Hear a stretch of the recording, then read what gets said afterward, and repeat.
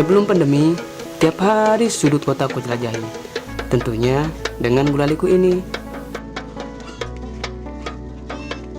Selain menjajakan daganganku, ada hal rutin yang selalu aku lakukan, yaitu berbagi kegembiraan dengan ketiga sahabat kecilku yang senantiasa menunggu aku datang. Mereka adalah Udin, Dayat, dan Khalid.